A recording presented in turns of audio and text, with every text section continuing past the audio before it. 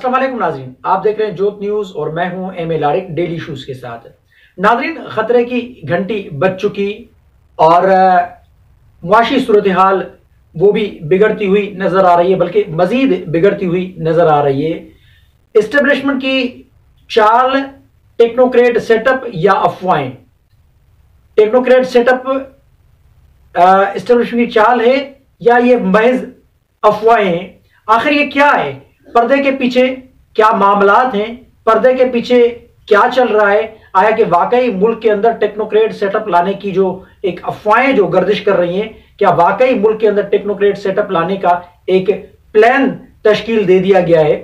क्योंकि खतरे की घंटी, जैसा कि मैंने कहा, वो बज चुकी है। वो खतरे की घंटी क्यों बजी है, ये आपको बताता हूं कि खतरे की घंटी क्यों बजी है, मामलात कहां जा रहे हैं और क्या होने वाला है। इमरान खान साहब दोबारा सड़कों पर आ रहे हैं, वो क्यों आ रहे हैं, उसके पीछे क्या मुहर्रिकात हैं, ये सारी बातें, ये सारे मामलात आपके सामने रख रहा हूं मैं। चलते हैं, शुरू करते हैं कि आखिर क्या होने जा रहा है। जैसा कि मैंने अपने इंट्रो में कहा कि खतरे की घंटी बज चुकी है और मुआशी सूरत हाल बिगड़ती हुई नजर आ रही है। डॉलर की ऊंची उड़ान है, मईशत कंट्रोल से बाहर है, सियासी अदम इस्तेहकाम मुल्क के अंदर मौजूद है। तहरीक अदम एतमाद के बाद वो चलता हुआ आ रहा है, जो खत्म होने का नाम ही नहीं ले रहा है। मजीद मुआशी सूरत हाल वो बिगड़ती हुई नजर आ रही है। डॉलर की स्मगलिंग हो रही है, महंगाई का तूफान है, लोगों का जीना मुश्किल हो गया है। खाने पीने की अशिया खोरदोश मार्केट में ऐसी हो गई है, लोगों की कुव्वत खरीद जो है वो बिल्कुल खत्म हो चुकी है, क्योंकि महंगाई ने लोगों की कमर तोड़ दी है। इस हुकूमत के दावे थे कि जी हम आएंगे तो हम डॉलर पे भी कंट्रोल करेंगे, मईशत को भी हम बेहतर करेंगे और मुल्क को हम इस्तेहकाम की जानिब लेकर जाएंगे, लेकिन कुछ भी नहीं हुआ। अब ये जो मईशत का जो बेड़ा गर्क हुआ है, कुछ तो इमरान खान साहब की गलतियां थी, जो इमरान खान साहब की, बल्कि बहुत बड़ी इमरान खान साहब की गलतियां थी। उनकी गलतियों की वजह से, उन्होंने जो उनकी नाअहली की वजह से जो मुल्क का हशर नशर हुआ, क्योंकि वो IMF के साथ जो मुआहदे थे वो अगर उस वक्त हो जाते तो आज ये मुल्क की मुआशी सूरत हाल ना होती। और तहरीक अदम एतमाद के बाद, जैसा कि मैं बार बार बोलता हुआ आता हूं कि इमरान खान साहब तहरीक अदम एतमाद के बाद अगर अपनी अगर शिकस्त वो तस्लीम करके अपोजिशन में बैठ जाते तो मुल्क के अंदर ये जो सियासी अदम इस्तेहकाम है ये भी पैदा नहीं होता और ना ही इस हद तक पहुंचता, इस नैश तक पहुंचता कि मुल्क को डिफॉल्ट का खतरा हो चुका है। क्योंकि जैसा कि मैंने कहा, खतरे की घंटी बज चुकी है। खतरे की घंटी क्यों ना बजे? जाहिर सी बात है, जब आपके खजाने खाली हो जाएंगे, आपके खजाने के अंदर जब स्टेट बैंक आपका ये बयान दे, जब स्टेट बैंक की जानिब से एक जारी करदा एलामिया इस किस्म का हो, तो जाहिर सी बात है फिर खतरे की घंटी क्यों ना बजे। क्योंकि स्टेट बैंक ने कहा है कि जो हमारे पास जर्रे मुबादला जो जखायर हैं वो कमर्शियल बैंकों से भी कम सतह पर रह चुके हैं। वो इस वजह से क्योंकि स्टेट बैंक ऑफ पाकिस्तान ने एक एलामिया जारी किया है। उन्होंने कहा है कि 23 दिसंबर को खत्म हुए हफ्ते में 29 करोड़ 29 लाख डॉलर की कमी के बाद मुल्क की जर मुबादला जखायर जो है 11 अरब 10 करोड़ डॉलर रहे। एलामिया के मुताबिक स्टेट बैंक के जखायर 29 करोड़ 43 लाख डॉलर कम होकर 5 अरब 82 करोड़ डॉलर रहे। कमर्शियल बैंकों के जखायर 14 लाख डॉलर इजाफे से 5 अरब 88 करोड़ डॉलर रहे। स्टेट बैंक के मुताबिक कमर्शियल बैंकों के जखायर स्टेट बैंक के जर्रे मुबादला जखायर से ज्यादा हो गए। देखें, डिफॉल्ट की बातें हो रही हैं, टेक्नोक्रेट्स की बात हो रही है। टेक्नोक्रेट्स की गवर्नमेंट की बात क्यों हो रही है? टेक्नोक्रेट जो सेटअप है वो लाने की बात क्यों हो रही है? क्योंकि माजी में, हालांकि देखिए कुछ चीजों पे बाद में आता हूं मैं, देखिए टेक्नोक्रेट गवर्नमेंट क्यों आती है?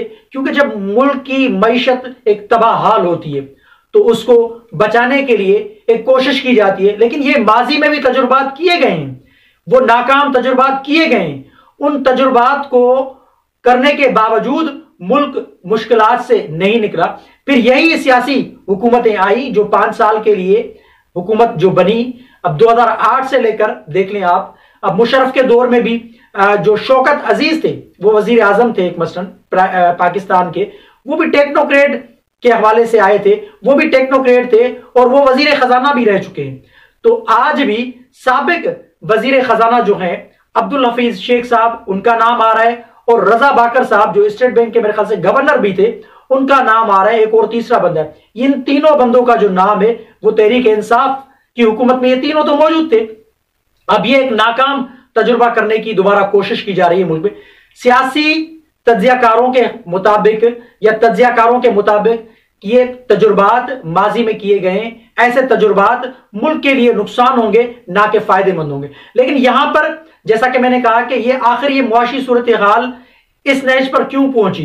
पहले तो जैसे मैंने कहा कि इमरान खान साहब की नाअहली की वजह से उनकी पॉलिसी जो थी वो नहीं थी, मुस्तहकम पॉलिसी नहीं थी, उसकी वजह से। लेकिन बाद में ये जो मखलूत हुकूमत आई है, जिनका नारा था कि हम मुल्क को मुआशी सूरत हाल मुल्क की बेहतर करेंगे, मुल्क के अंदर इस्तेकाम पैदा करेंगे और मुल्क को हम तरक्की की राहों पर गामजन करेंगे, वो कोशिश तो हैं, कोशिश तो कर रहे हैं, क्योंकि उनको अभी 8 महीने हुए। लेकिन 8 महीने में कोई भी हुकूमत होगी वो मुल्क को सीधी लाइन पर नहीं ला सकती, क्योंकि जाहिर सी बात है आपके बहुत ज्यादा मामलात खराब है, आपके ऊपर कर्जे हैं, आपके मुल्क के ऊपर बहुत ज्यादा कर्जा है, तो उसकी वजह से आपके जो जखायर है वो भी आपके पास कम है। एक तो डॉलर की ऊंची उड़ान है, और डॉलर की जो मुल्क से जो स्मगलिंग हो रही है उस पर भी कंट्रोल नहीं है, मईशत पे कंट्रोल नहीं है, महंगाई पे कंट्रोल नहीं है, बहुत सारी और कई सारी चीजें सर उठा रही हैं। दहशतगर्दी पर दोबारा उरूज पर हो रही है। बलूचिस्तान के हालात देख रहे हैं आप, केपीके के हालात देख ले आप। लेकिन इसमें भी माजी की जो हुकूमत है उसका कई सारा हिस्सा है, क्योंकि उनकी नालायकियों और नाअहलियों की वजह से ये सारे मामलात जो हैं बिगड़ रहे हैं। खान साहब ने तो परसों तरसों कहा था कि जी मैं 10,000 तालिबान को पाकिस्तान लाने की कोशिश कर रहा था, उनको यहां पर यानी रहने की इजाजत देने के हवाले से उनसे काम लेने की कोशिश की जा रही थी। ये खान साहब थे। मैंने 4 दिन पहले मैंने व्लॉग किया था, उसमें मैंने कहा था कि मजीद राज फाश होंगे, मजीद राज खुलेंगे। तो ये खान साहब ने एक और राज उगल दिया है। देखिए, उनको तालिबान खान क्यों कहा जाता था, क्योंकि वो तालिबान के बड़े नजदीक थे। आज वही तालिबान पाकिस्तान के ऊपर हमलावर हो रहे हैं। बलूचिस्तान में जो कार्रवाइयां हो रही हैं वो अपनी जगह पे, लेकिन केपीके में जो कार्रवाइयां हो रही हैं वो अपनी जगह पे। बलूचिस्तान से चमन बॉर्डर पे 2 मरतबा जो अफगान तालिबान ने जो अटैक किया है उससे कितना नुकसान हुआ है। पहले हमारे जो अपना 7 बंदे शहीद किए गए और 27 बंदे जख्मी हुए। उसके बाद फिर हमारी सिक्योरिटी फोर्सेस के ऊपर हमला किया गया, उनको शहीद किया गया। और जो केपीके के अंदर है, भत्ते से जो चीज शुरू हुई, आज फिर वो टीटीपी सर उठाने लगी है। तो ये सारे मामला पिछली हुकूमत के ऊपर भी जाते हैं, लेकिन इस हुकूमत की भी जिम्मेदारी है। जाहिर सी बात है, क्योंकि लॉ एनफोर्समेंट एजेंसीज जो है वो इस हुकूमत के मातहत है। तो ये जो नया जो सेटअप आया है, आर्मी चीफ की कमांड जो तब्दील हुई है, उनके लिए भी बड़े चैलेंजेस का सामना है। उस चैलेंजेस का उनको मुकाबला करना पड़ेगा। जाहिर सी बात है, जब जाके मुल्क को फिर दोबारा हम स्टेबल करने में कामयाब होंगे। माजी में ऑपरेशन ज़र्ब अज़ब हुआ, ऑपरेशन रद्दुल फसाद किया गया, जिसके बाद जाके अमन व अमान आया। कराची की जो सूरत हाल थी वो इंतहाई बिगड़ी हुई सूरत हाल हुआ करती थी, लेकिन माजी में बम ब्लास्ट हुआ करते थे। फिर वही दहशतगर्दी वापस पाकिस्तान के अंदर आ रही। तो वापस आते हैं उस पर कि टेक्नोक्रेट जो सेटअप आ रहा है उसकी बुनियादी वजह यही है कि मुल्क की मुआशी सूरत हाल बिगड़ती हुई जा रही है। अब स्टेट बैंक आपका इस किस्म का एलानिया जारी करेगा तो जाहिर सी बात है यहां पर कमजोर दिल के लोग, बिजनेसमैन वो भी मौजूद हैं, और बड़े दिल वाले बिजनेसमैन भी मौजूद हैं जिनके पास कई सारे बेतहाशा दौलत है, वो इन्वेस्टमेंट करते हैं। लेकिन एक मैं आपके सामने मिसाल रखता हूं, अगर किसी बंदे यानी एक नॉर्मल सेहतमंद बंदे को आप उसको कहेंगे कि जी आप तो बीमार हो रहे हो, आप तो कमजोर हो रहे हो, देखिए आपका चेहरा कैसा फीका पड़ गया है, आपकी आंखें देखिए कैसे पीली पड़ गई हैं, आपकी आंखों के नीचे ये जो नीचे वाला हिस्सा है वो काला क्यों पड़ रहा है, तो वो बंदा सोचने पे मजबूर हो जाएगा। अब ये जो मुल्क की मुआशी सूरत हाल है, जो मुल्क डिफॉल्ट की जो बातें चल रही है, तो इमरान खान साहब भी बार बार कह रहे हैं कि मुल्क डिफॉल्ट हो जाएगा, खुदा खास्ता श्रीलंका जैसा माहौल बन जाएगा पाकिस्तान के अंदर। दूसरा, मिफ्ता इस्माइल और इसाक डार की जो आपसी लड़ाई है उसकी बदौलत भी ये सारा मामला चल रहा है। तो डिफॉल्ट की बातें, जाहिर सी बात है जब खबरों की जीनत बनेगी तो बिजनेसमैन भी सोचेंगे, इन्वेस्टर भी सोचेंगे, बाहर मुमालिक से जो हमारे पास इन्वेस्टर आने हैं वो भी सोचने पे मजबूर हो जाएंगे, क्योंकि जाहिर सी बात है मुल्क डिफॉल्ट होने वाला है, ऐसी खबरें आ रही है। तो मार्केट भी नीचे जाएगी, डाउन हो जाएगी, बजाय मार्केट अप करे मार्केट डाउन हो जाएगी। आपका डॉलर स्मगल हो रहा है, उस पर कंट्रोल आपका नहीं है। तो मिफ्ता इस्माइल साहब को वजारत खजाना का जो कलमदान उनके पास था उनसे छीन के डार साहब को दिया गया। डार साहब कह रहे हैं कि हम वक्त पे अदायगियां करेंगे, लेकिन मिफ्ता साहब कह रहे हैं कि जी मुल्क डिफॉल्ट होने के करीब है। तो अब किसकी बात मानी जाए? तो इनकी आपसी लड़ाई की वजह से मिफ्ता साहब ने एक आर्टिकल भी लिखा था कि मुल्क इस तरीके से खतरे में है और मुल्क डिफॉल्ट हो जाएगा, और अगर हमने IMF की ये शराइत तस्लीम नहीं किए तो फिर जाहिर सी बात है मुल्क डिफॉल्ट के करीब है और मुल्क डिफॉल्ट हो जाएगा। अब डार साहब कह रहे हैं कि हम जी वक्त पे पेमेंट करेंगे और मुल्क डिफॉल्ट होने नहीं देंगे। तो इस किस्म की सूरत हाल है। तो जाहिर सी बात है मार्केट में ऐसी बातें फैलाएंगे आप तो मुल्क को मजीद कमजोर करेंगे। मुल्क की जो मुआशी सूरत हाल है, जो बिगड़ी हुई है, जो हाथों से निकल रही है, जिसको पकड़कर मजबूत करने की जरूरत है, वो बिगड़ेगी, मजीद बिगड़ेगी और बिल्कुल खुदा न खास्ता मुल्क डिफॉल्ट हो जाएगा। इमरान खान साहब को और मखलूत हुकूमत को चाहिए ये आपस में मिल बैठ के मामला तय करें। टेक्नोक्रेट सेटअप का जो मामला है या जो प्लानिंग अगर की गई है या जो प्लान बनाया गया है, अगर उस पर अमल हो गया तो जमहूरियत फिर खतरे में हो जाएगी। अब तहरीक इंसाफ ने भी कह दिया है कि हम मजामत करेंगे अगर टेक्नोक्रेट सेटअप लाया गया तो। लेकिन टेक्नोक्रेट सेटअप कैसे आएगा? मुल्क के अंदर तो एक जमहूरी प्रोसेस के बाद एक हुकूमत मौजूद है, तो क्या ये हुकूमत जाने वाली है या मुल्क के अंदर इमरजेंसी नाफिज की जाएगी, उसके बाद केयरटेकर लाके इस टेक्नोक्रेट सेटअप की तश्कील नो की जाएगी। और अब्दुल हफीज शेख का जो नाम आ रहा है और रजा बाकर का जो नाम आ रहा है प्राइम मिनिस्टर ऑफ पाकिस्तान के हवाले से, इन टेक्नोक्रेट्स के बदौलत क्या वाकई मुल्क में एक टेक्नोक्रेट सेटअप की जो प्लानिंग की गई है उस पर अमल किया जाएगा या यही हुकूमत चलेगी? इमरान खान साहब चाह रहे हैं कि इलेक्शन की तारीख दें तो हम आपके साथ बैठेंगे, लेकिन वो तारीख ये मखलूत हुकूमत नहीं दे रही है, क्योंकि ये चाह रहे हैं कि हम एक आईनी, जमहूरी और कानूनी प्रोसेस के बाद हमने ये हुकूमत ली है और हमें पता था मुआशी सूरत हाल खराब है और हमने अपनी सियासत को दांव पे लगा के ये हुकूमत ली है, तो हम मुकर्ररा वक्त पे इलेक्शन कराएंगे 2023 में। इनके कहने का मतलब ये है कि इनके कहने का मतलब ये है कि हम अक्टूबर में इलेक्शन कराएंगे, लेकिन इमरान खान साहब कह रहे हैं कि अगर मार्च अप्रैल में इलेक्शन हो जाए तो हम हाजिर हैं। लेकिन सुनने में आ रहा है कि अगस्त या सितंबर के दरमियान में कोई इलेक्शन की डेट अनाउंस हो जाएगी और इलेक्शन होंगे।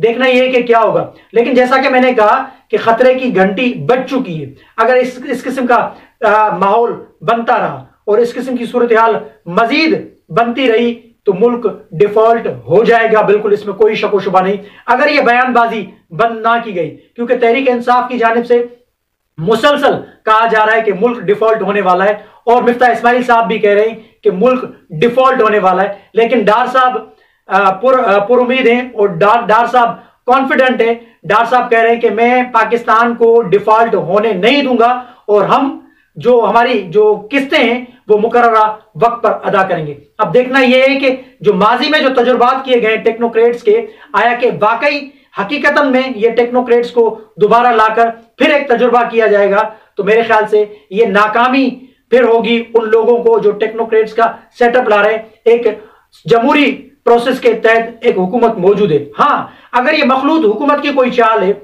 या एस्टेब्लिशमेंट और मखलूत हुकूमत की कोई चाल है तो फिर तो कोई टेक्नोक्रेट सेटअप को नहीं रोक सकता, क्योंकि मजामत यहां से नहीं होगी फिर, क्योंकि ये तो राजी हैं कि हमें भी अगर फेस सेविंग मिल जाए तो फिर इनके लिए भी कोई रास्ता बनेगा इलेक्शन में जाने के हवाले से। लेकिन कहा जा रहा है कि अगर केयर टेकर सेटअप आएगा तो वो 3 माह के लिए नहीं, उसको 2 से 3 साल के लिए लागू किया जाएगा, जैसा कि मुल्क की मईशत जो है वो खतरे में, उसको मुस्तहकम बनाने के हवाले से उन टेक्नोक्रेट्स को किरदार अदा करना पड़ेगा जो इंपोर्ट किए जाएंगे फिर दोबारा, जैसे माजी में किए जाते थे।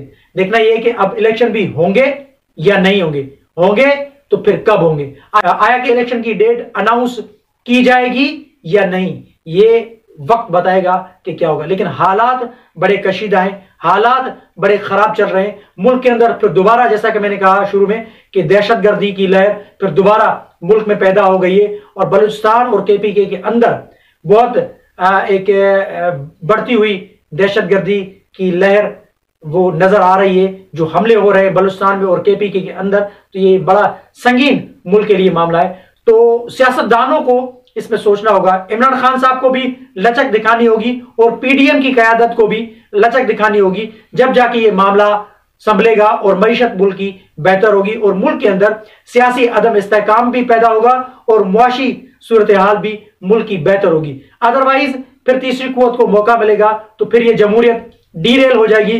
फिर आप सड़कों पर निकलेंगे कि जी जमहूरियत खतरे में है या जमहूरियत के ऊपर शब खून मारा गया, तिकुवत ने फिर मार्शल लॉ लगा दिया या इमरजेंसी नाफिज की गई, तो फिर आपके हाथों से गेम निकल जाएगी। अब भी वक्त है, संभल जाएं, मिलके बैठ के मामला तय कर लें, मुल्क का सोचें। सियासत चलती रहेगी, लेकिन अगर मुल्क की मुआशी सूरत हाल बेहतर होगी तो आप सबकी सियासत भी चलेगी और हम सब भी बेहतरी की तरफ गामजन होंगे। मुल्क भी बेहतरी की तरफ जाएगा और आवाम को भी रिलीफ मिलेगा। तो कमेंट सेक्शन में अपनी राय का इजहार जरूर कीजिएगा। तब तक के लिए अल्लाह हाफिज।